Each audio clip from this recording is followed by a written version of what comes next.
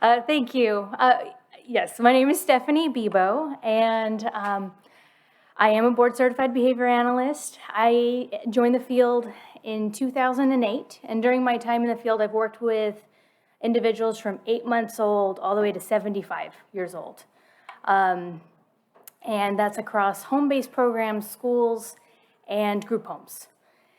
And currently, I work at Autism Learning Partners that I've been at for 3 years now, where I'm an associate clinical director overseeing the central Los Angeles region. Today, I'm really excited to talk about ABA and adolescence with you. We're going to talk a little bit about what it is, what adolescence, how we kind of look at it, how ABA can prepare your adolescent for growing older and that impending adulthood, and what you should consider to work on and how to make it meaningful for you and your child. So I'm going to start a little bit first with a little analogy story. I have a friend who works for a company, and at this company, when you are seeking promotion, the company gives you an additional title that you're in a stretch role. And that means that they are fully still responsible for their current role and all the job responsibilities that they have in that role, and starting to experience some of the additional responsibilities that would come with the promotion and some of those training opportunities. When I heard that concept, I loved it. I think it just calls it out for what it is, the kind of work that's being placed on your plate and how hard that is. And I think there's some similarities we can see between that and the role of an adolescent. So adolescence is generally your teenagehood. It is defined as puberty through adulthood.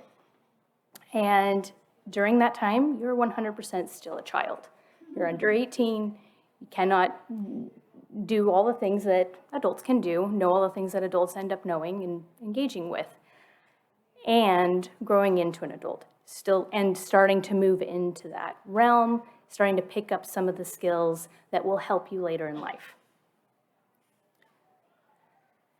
I think there needs to be, though, a really strong emphasis in this piece, preserving the last half of childhood. As we all sit here right now, we are currently spending the majority of our lives as adults. Childhood is in the beginning, and it's so short. It's a moment. And it's kind of it's a special time. And so there's not when preparing your adolescent for adulthood, it's not to push them through it quickly, to adultify them too soon. We do want to preserve that last half of childhood and honor that time that they are in. And we can do that through lots of play. Play should not just be for 10 and under. It's kind of nice when adults have it too. Childhood, we want to preserve as much playtime as possible, joyful enjoyment, just being able to really step into that and be allowed to be imaginative, goofy, silly. And there needs to be a lot of trial and error. There needs to be a lot of, let's see how this goes and mess up a little bit. But with that safety net, because there's you as the caregiver, ready to help if they need you. And that could be in recognizing physical boundaries. Can you climb this tree? And if you run into trouble, your caregiver is there to help you. Or maybe it's recognizing time management and learning those skills and the trial and error that comes around with that. I can remember when I was a teenager and I had a very large assignment due for a class that I had done pretty well in, generally speaking. But this project was so big it could make or break your grade. Day before it's due, I'm scrambling to finish it, to essentially do the whole thing. And my mother did step in and help me to finish that project. I still learned my lesson in that moment. She decided that this was an okay time to step in and be that safety net for me, to push me through. She could have also let me fail, and she would have still been a safety net for my mental health. But having that time, childhood is a time for trial and error and to make some mistakes, and then to have your caregiver there to help you when you need it. And it is a time to maintain low responsibility. Children deserve to have the caregivers in their life hold the majority of that responsibility for them. And we're going to talk about how we're building in and preparing them for what they need to know, but maintaining that they should have low responsibility. Yes, we can help them start to learn, but they're not going to be financially responsible for themselves at 15 or managing their own health care. These are things that will be maintained by their caregiver and should be in helping to preserve that last bit of childhood. And while we do that, we're also looking at preparing for adulthood and those huge responsibilities that come with it. A few of the areas might be in health, physical and mental health. Financial, how are they going to afford their life? Their home, where are they living and how are they caring for it? And the involvement they have in their community. How do they engage with their community? How do they help care for their community, from cleanliness to voting? How are they engaging in their community as well as part of responsibility? And there's this huge piece of self-advocacy. So with self-advocacy, we're really looking for the child to start to learn that they have a voice and that their opinion matters, so that they can speak up for themselves and for themselves to get their needs met and some of their desires met. Now, the way that we can start to look at this, or how we're going to look at it in this moment, is through consent and assent. So I'm about to show you a couple definitions. I pulled them from the Behavior Analyst Certification Board website. I assume that other entities have their own definitions of consent and assent, but they should relatively be similar. But that's where these definitions have come from. So informed consent, this is your part as the caregiver. It's the permission given by an individual with the legal right to consent before participating in services or research and when their information is to be used or shared. It is the time to provide opportunity for the individual to give that consent for services,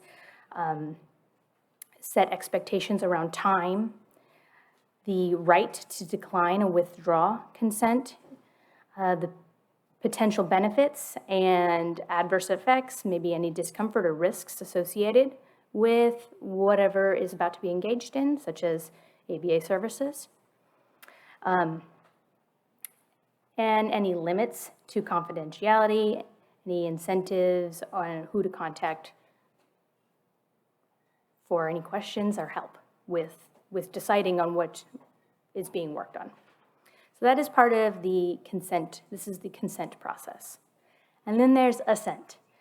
Assent is the vocal or non-vocal verbal behavior that can be taken to indicate willingness to participate in research or behavioral services by individuals who cannot provide informed consent, either because they are not old enough or they do not have intellectual impairments preventing them from providing consent.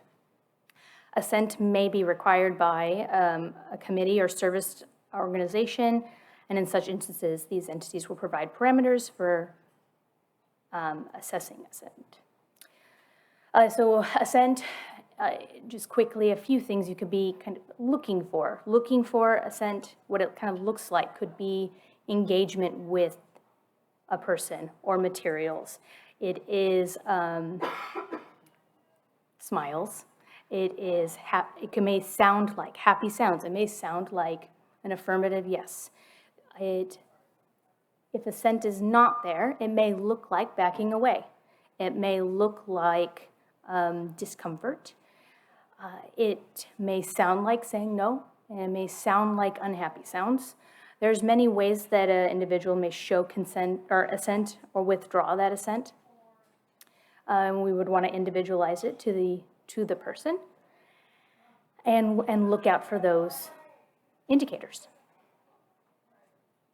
So to talk a little bit more about consent, this is really your opportunity to make sure that what's being worked on it's your chance to shape it, to ensure that it is meeting your family's values. It is meeting what you want to be seen, worked on, what you want to see your child know and learn past ABA. You understand what your child needs to learn. You understand what they don't know yet, and if they do not learn it, what the potential ramifications could be for them if they don't learn it. These are things that you know well about your child and what you would want to be advocating for and consenting towards. It's your moment to agree upon and help make that plan of action. What are we going to work on and how? What are the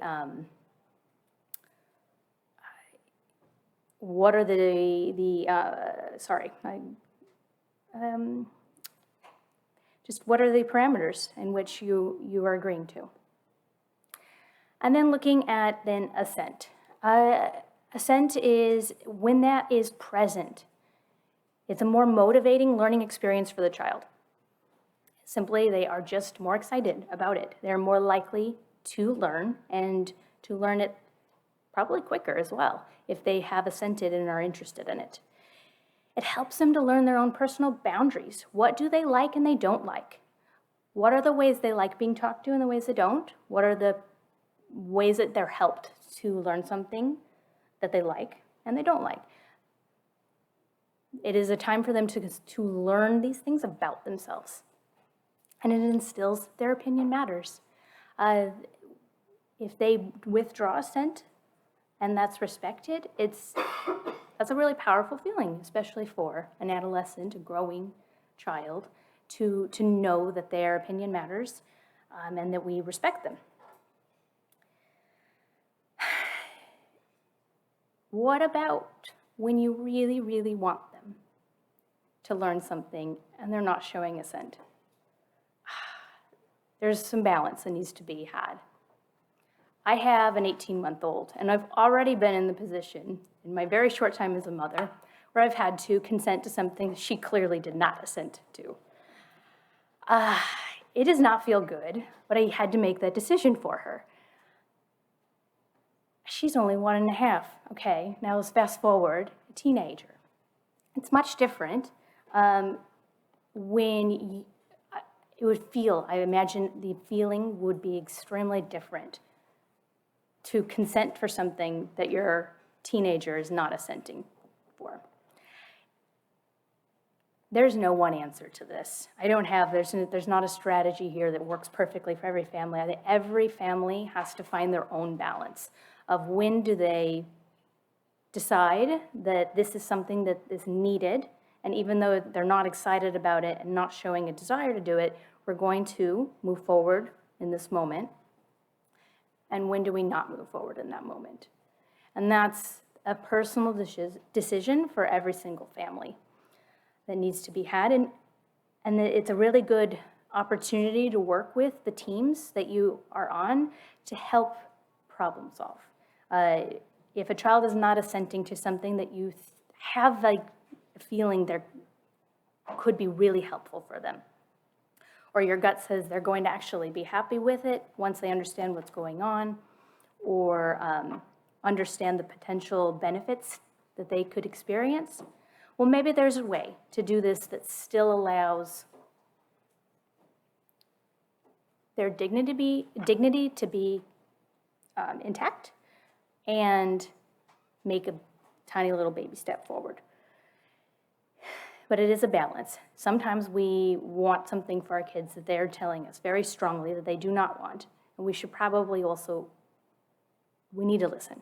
We need to listen and take their cues as well. All right. So if moving forward with a program, especially what I'm here talking about is ABA, there are two main types of programs you would be looking at. So there's a focused program and there's a comprehensive program.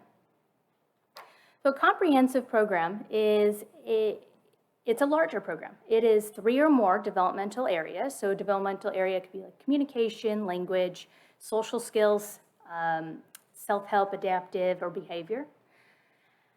So working on 3 or more of those, which would typically take 10 to 20 hours a week for your teen to accomplish.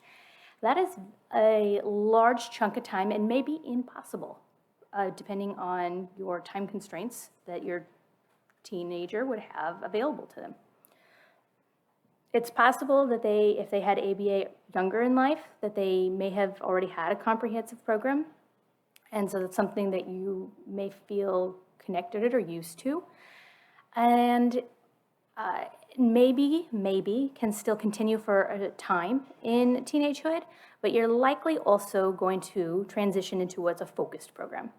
A focused program is 1 to 2 developmental areas, and it's typically 10 hours a week, and there needs to be additional other activities that is supporting the child's growth outside of ABA. So a social skills group, for instance, would be an example of an additional activity happening outside that would be supporting the goals there. So based upon the child's availability and time, and also to focus the program, right? So the idea of a focus program is you're focusing, hey, there may be other things that my child could learn, but these are the areas I really want to focus in, and that's what that time would be used for. Okay, so now we're going to move into goal development. I want to preface a little bit here with goal development that I'm going to present a lot of different potential goal areas. It's frankly overwhelming how many goal areas there potentially could be. There's a lot of things that we learn through life. As I wrote out this presentation, as I wrote down all these goals and I thought about what examples I might have, I was coming from my own experiences. So I'm imagining the faces of young people and adults that I've worked with. And so some of the things I may say may resonate really well with you, may strike a chord like, that's something that sounds interesting for me or my child. And some of these might not at all. And that's because there's just such a myriad of individuals out there and what they potentially need at different points of their life. So I would just keep that in mind as we go through these goal areas. Some of these would be appropriate and some of them are just not. So first we're going to look at potential home goals, home-based things about their home. Meal planning. Are there things that your child are going to need to, are there things that your child's going to need to know around how to plan their day, how to plan their week around food? Food is essential and a part of every single day and predictable. And so are there things that we can do here to help them learn how to meal plan? And maybe that's starting with, in a single day, what can they identify? What are the meals of the day? If that is something extremely easy, then wonderful. Then what are some of the foods that you would potentially eat during breakfast? What are some of the foods you would potentially save for a snack? And then looking at planning out, okay, what are the things that we can plan throughout the week? Do you want to have the same meals every day? Is that a value, or does that meet your values? Or do you want to have variety? And helping the child to kind of start to realize what they like in their weekly meals. And then that can move into so many other potential goal areas, such as making grocery lists and checking pantries for what you have and what you don't have. What are the staples that you need to have in the house, and what are the things that you buy every week? Like you buy bananas weekly, but you don't need to buy granola weekly. Related to that, cooking. How then do you take these things and you make something out of it? Is this an area that could potentially warrant a goal? I want to preface also here that not all insurance companies allow for goals around cooking specifically. And so it would be a team decision with your clinical team to figure out how a goal can be made that meets the need that you're trying to meet for your child, that can be approved by the funder, whatever funder that you are working with.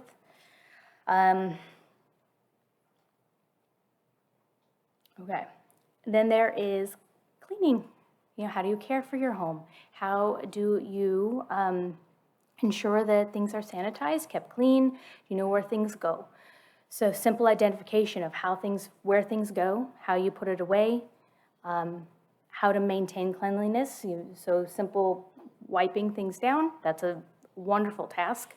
And then it grows from there. There are so many ways to keep a house clean that could help out a child as they are aging. Keeping things in order and in working order. How can they fix things? Do they know how to replace batteries? Identify that could be the problem. These are additional things. Okay, and stocking the home. What is it that a home needs? In the bathroom, what do we need? We need toilet paper. We need towels. In the kitchen, what kind of soap do we have? Do we have sponges? And stocking a home and knowing what are the things that are needed in a home to keep it going. So that when you imagine in your mind's eye, your now 25-year-old child going to wash some dishes, do they have the things that they need? And this is with those things envisioned is how you kind of move forward with identifying goals and implementing them. Okay, the next area we're going to look at is financial. This is a big one. Budgeting, being able to understand how much things cost. This can start off as a simple goal. You have a budget of $3 to buy some markers for going back to school. Let's look at the wall and identify the pens here that meet your budget, and helping the child to meet those sort of identification goals. Moving all the way up to maybe managing their whole back to school budget over time. There's being able to budget is a great skill that we're probably all still working on ourselves, and can really help a child moving forward. When I think about adult individuals I've worked with, being able to manage money was one of the most freeing things that the ones that could had in their lives. Making money, and that's also a really loaded question. In the next area, we'll talk more about vocational skills, but knowing that they need to make money. How is money coming in? Where is that coming from? And how much can I count on? How do I pay others? Is this through cash? Is it through card? How do I do this? How do I engage in that social interaction of paying back and forth between somebody? And getting paid. When do I get paid? How do I receive the funds? What do I do with them if I do?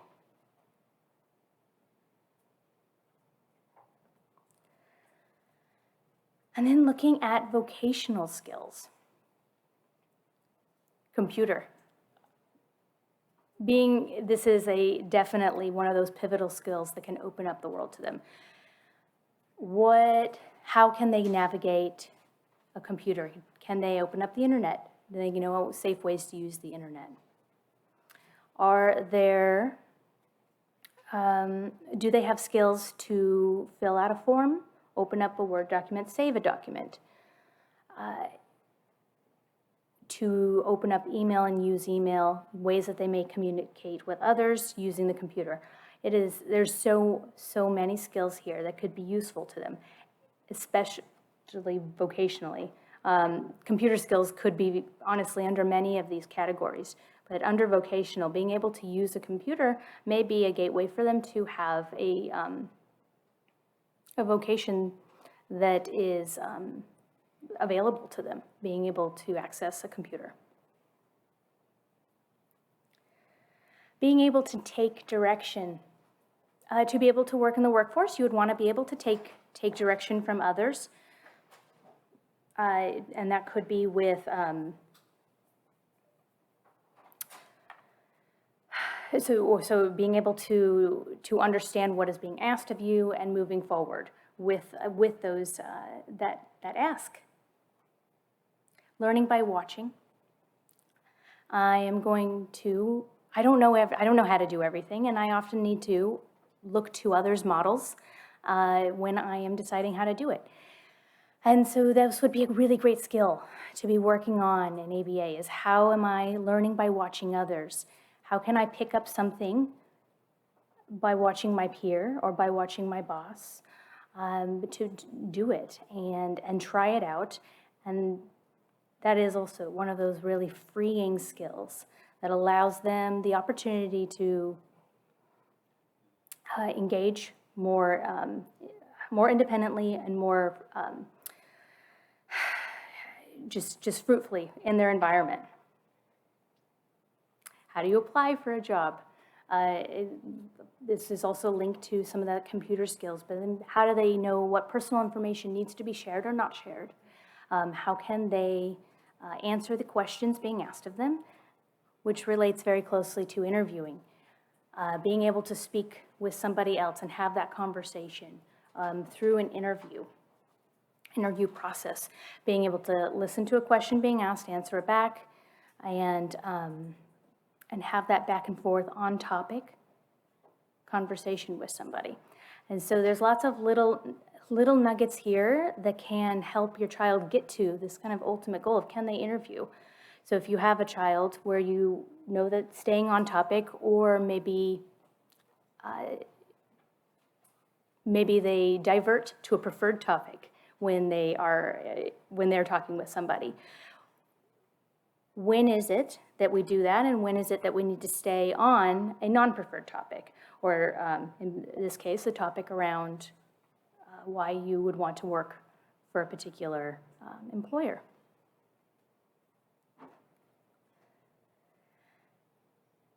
Very much related to a lot of vocation, being out there working with others, is looking at what goals could be connected to the community. So in the community, your child will need to know how to get around. In adolescence, the child's transportation is decided for them by their caregiver, as it should be. And it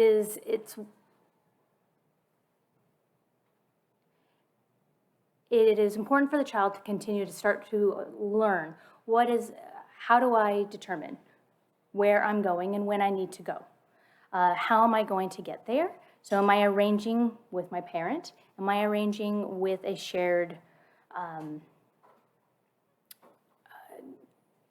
driving app like Uber? Or do I need to learn how to use the bus or move in that direction? A child will also need to learn how to shop.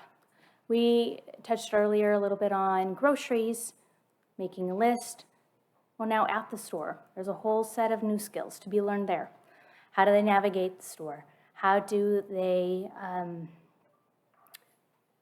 find the things they need? How do they get help if they need help? What is the process to check out and leave and get home? So grocery shopping, huge thing. What about online shopping and how to do that, and how to manage, to the budgeting standpoint, how to manage your funds with shopping online to meet those home-based needs. So if we're stocking our home with toilet paper, how do we gain access to that toilet paper? And other areas, clothing shopping, and there's so many areas here where the child can learn, and maybe learn in one region, one area, move to another, and keep on going. How do they seek help? So in the community, being able to seek help, know who to find, that is going to be pivotal for your child. Who can they go to for help, and how do they reach it? Do they have a cell phone? Is that something that they need to be utilizing to gain help? Who are the safe people to go to help them get to where they need? And who are not? So strangers, understanding who the strangers are. How do I engage with strangers when they engage with me? What information do they need to know about me and not need to know about me? How do I exit a conversation? How your child is prepared to engage in those situations can keep them safe and help them maintain their independence and maintain their confidence out in the community as an adult.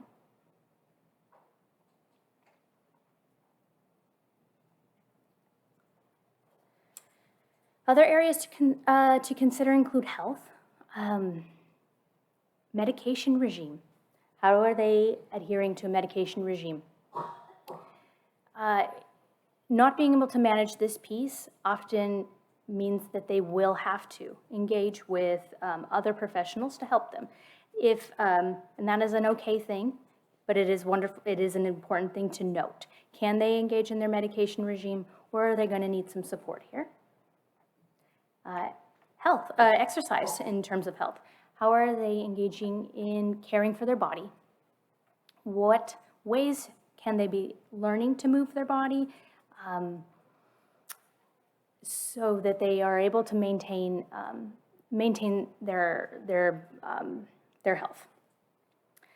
Their healthy habits, whether it's around food or screen time or their alone time, and how much alone time that they may have with themselves versus with others. So learning about the healthy habits that they would like to have in their lives. How are they caring for their mental health, and how do they recognize when they need help there? It's not an easy skill for any of us either. And so helping your child to start to recognize when they don't feel good and how to solve that. And that could be by breaking it down to some simple options of how they might be feeling that day. After choosing one, what do you do with that information? If you are feeling happy, then these are things that you can do to continue your happy feelings. If you're not feeling happy or you're feeling sick, what are some things that that can be done because of that? And maybe these are some steps that can be taught and helped understood as they are moving forward and caring for their own mental health.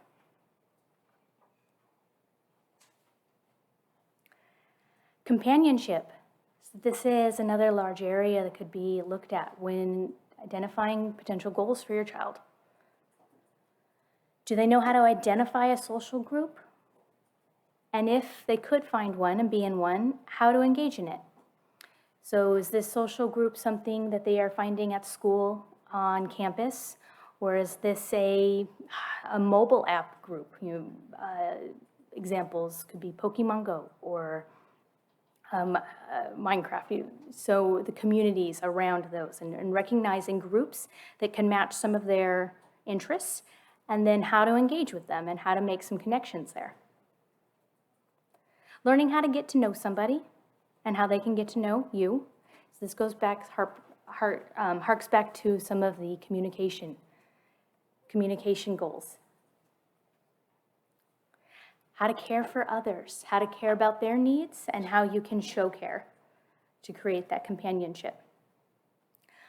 And also looking at romantic partners, and how does that look for your teen growing into an adult as they are showing those interests, if they do, and how that can be supported as they're moving in that direction.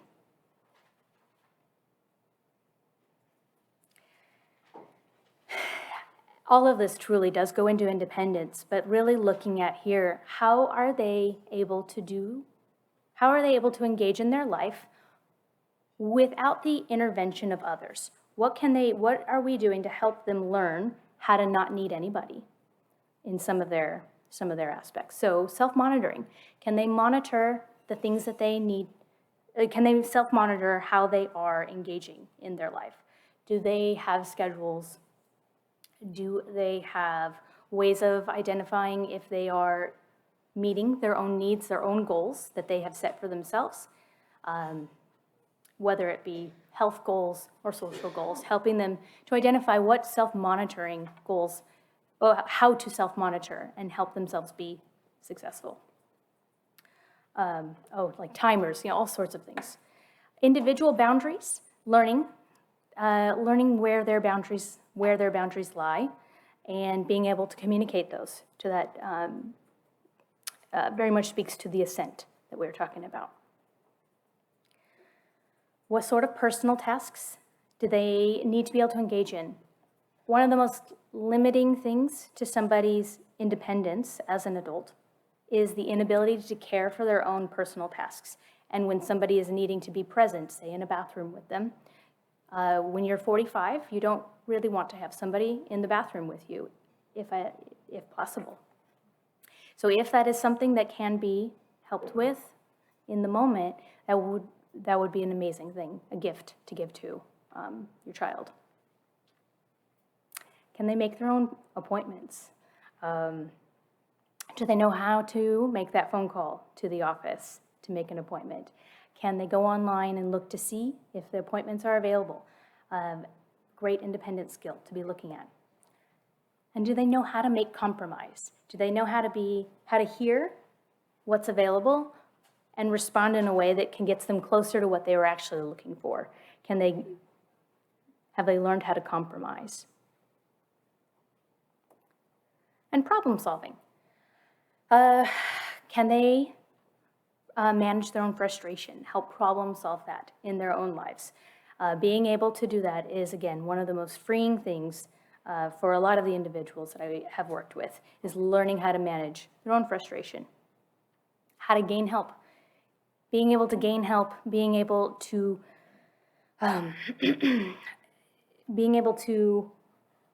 seek the support of somebody to help them get through something instead of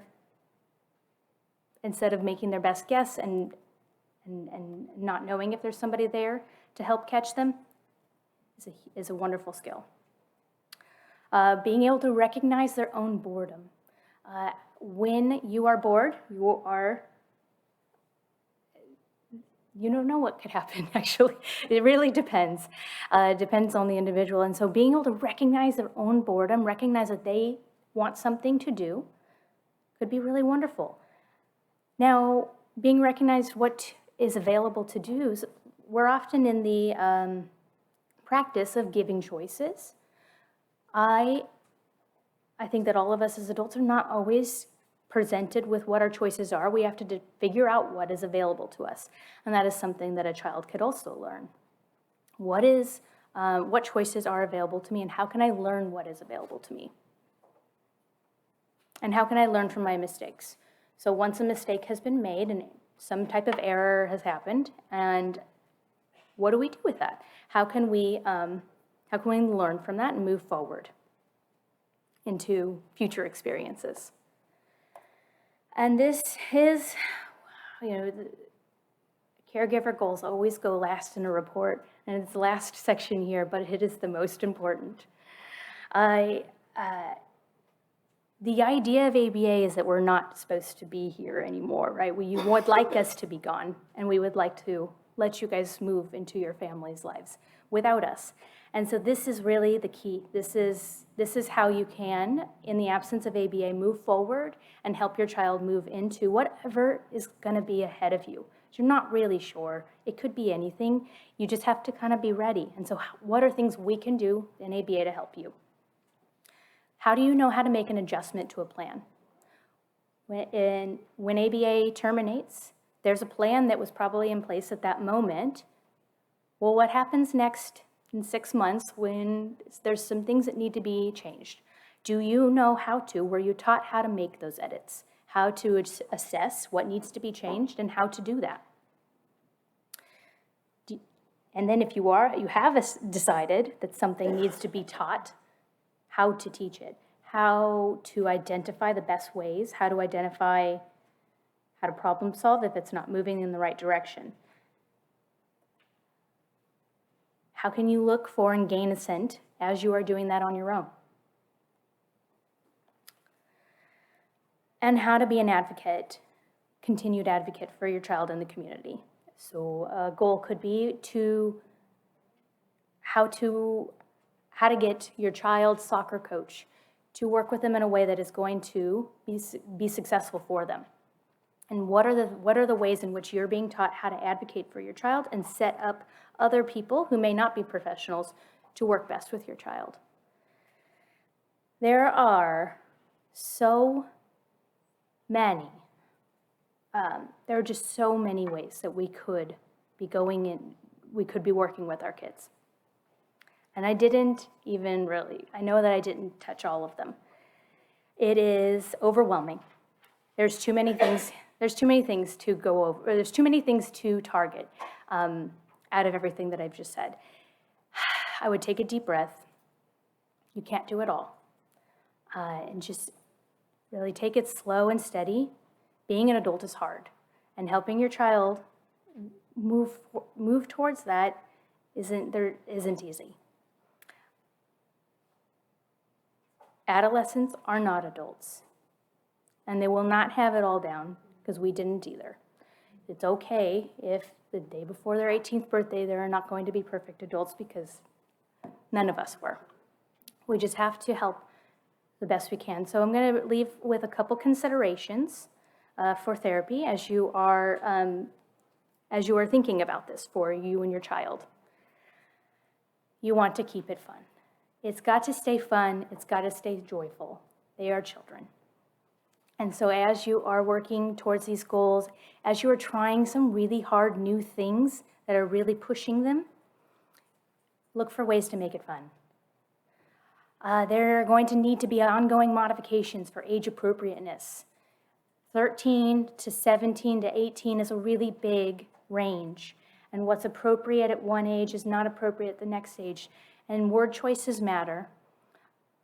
I have been approached by a 45-year-old telling me that he had a behavior over the weekend. That's not a way that an adult speaks about themselves, and that's not what I would wish for any of the kids that I've ever serviced or my own child. And so modifications in ABA to make sure that we are giving them language and modeling language for them that is going to help them move into adulthood is key. Keep the pressure low.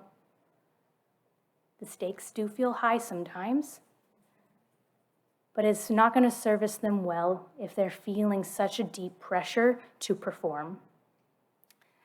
So it very much goes in line with the keep it fun, but we want to keep that pressure low. They're not to take over all creating of their own medical appointments for themselves in this very moment, right? You've got to keep the pressure low and appropriate to your child.